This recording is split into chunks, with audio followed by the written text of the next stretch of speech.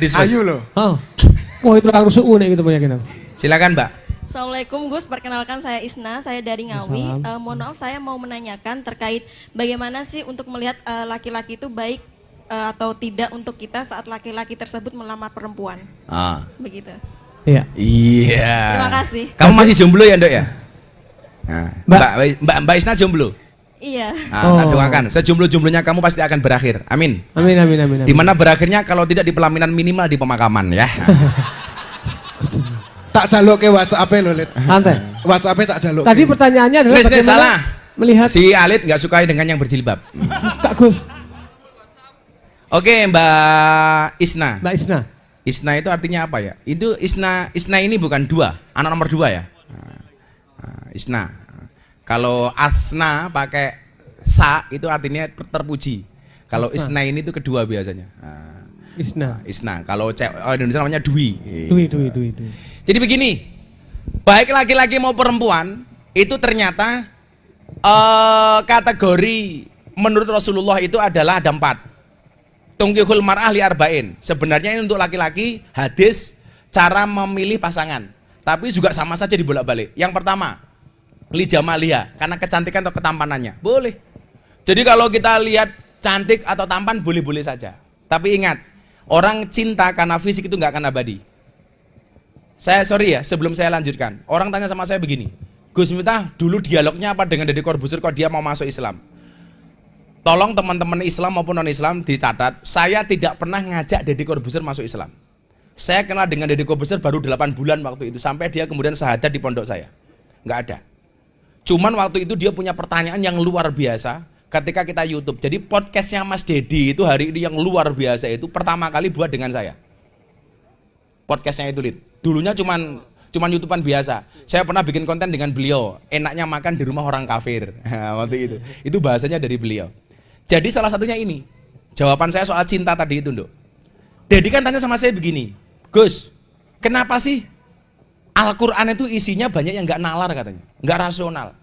Contohnya apa, bro? Nabi Muhammad Mi'raj sampai langit ke-7, itu kan mustahil. This is mission impossible. Kenapa? Waktu semalam Mekah Palestina kok sampai langit? Bullshit dia bilang. 1. Nomor 2, Nabi Musa membelah lautan. Omong kosong dia bilang.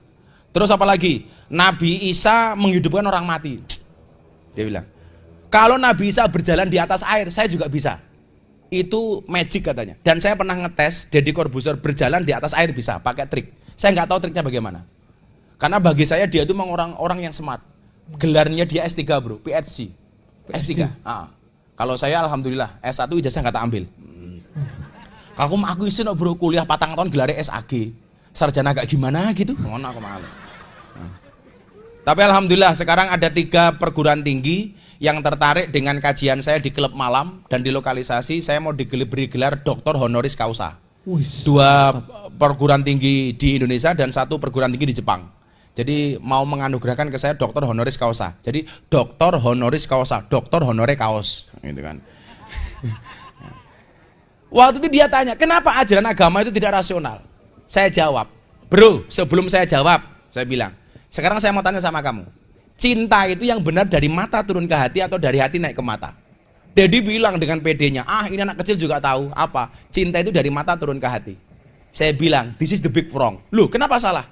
Kalau cinta itu dari mata turun ke hati, selamanya kamu tidak akan pernah cinta dengan Tuhan. Kenapa? Karena matamu tidak pernah lihat Tuhan.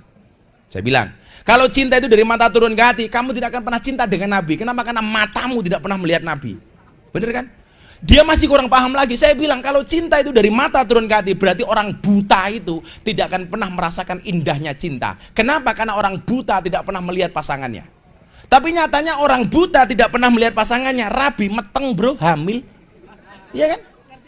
Ngerti gone gitu loh. GPS ya tuh. Sherlock bro, Sherlock. Tahu tempatnya itu loh. Posdim. Pondasi selur. Jamaah saya itu banyak yang buta, dia matanya tidak bisa melihat, nikah anaknya 5 coba. Begini aja. Dan saya tanya sama dia, bro, kok kamu sampai punya anak 5? Iya bah, manggil saya abah. Orang buta kayak saya abah, itu rahasia seksnya 2 jam 3 menit. Saya kaget, wow kok bisa iya 2 jam nyari tempatnya 3 menit mainnya katanya begini.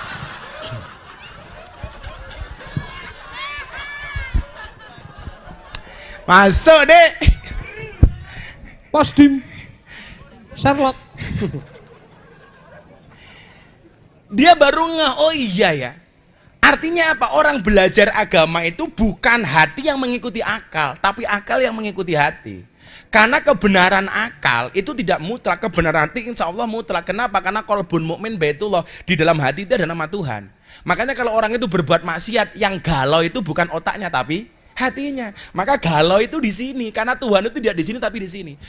Jawaban itulah yang kemudian ditunggu Dedi 10 tahun. Langsung dia mengatakan sama saya, this is so amazing for me. Ini luar biasa bro, dia bilang.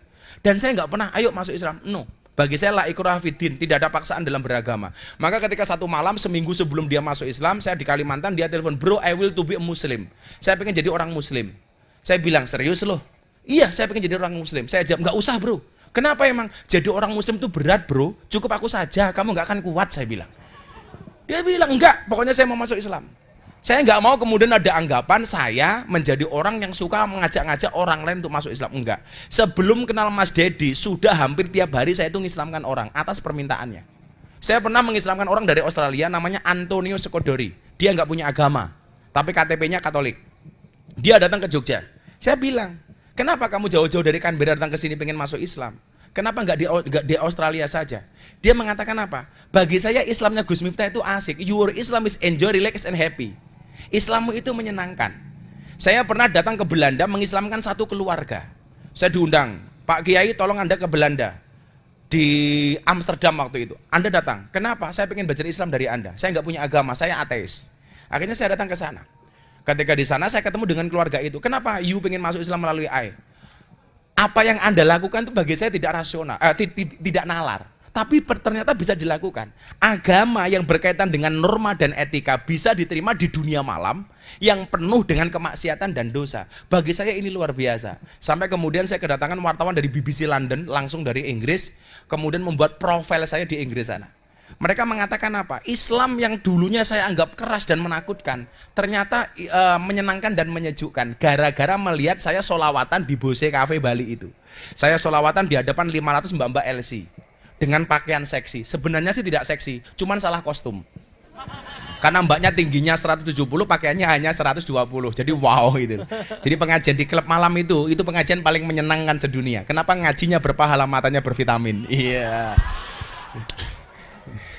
Itulah alasan kenapa kemana-mana saya pakai kacamata hitam, apalagi di klub malam. Kenapa? Bukan karena untuk menjaga pandangan, supaya kalau saya ngelirik tidak kelihatan. Codot dilawan. Kayak saya ditanya, Gus Miftah kalau ngaji di klub malam lihat yang seksi pengen apa enggak sih? Yo pengen, saya bilang gitu. Aku normal aja. Terus gimana? Yo ngempet. Mosok kiai ngacengan aku yang ngono, bro. Jadi pandangan cantik atau tampan mbak itu bisa menipu. Tapi itu salah satu tolak ukuran. Li jamalia, ketampanan atau kecakapannya atau kecantikannya. Boleh, nggak ada masalah.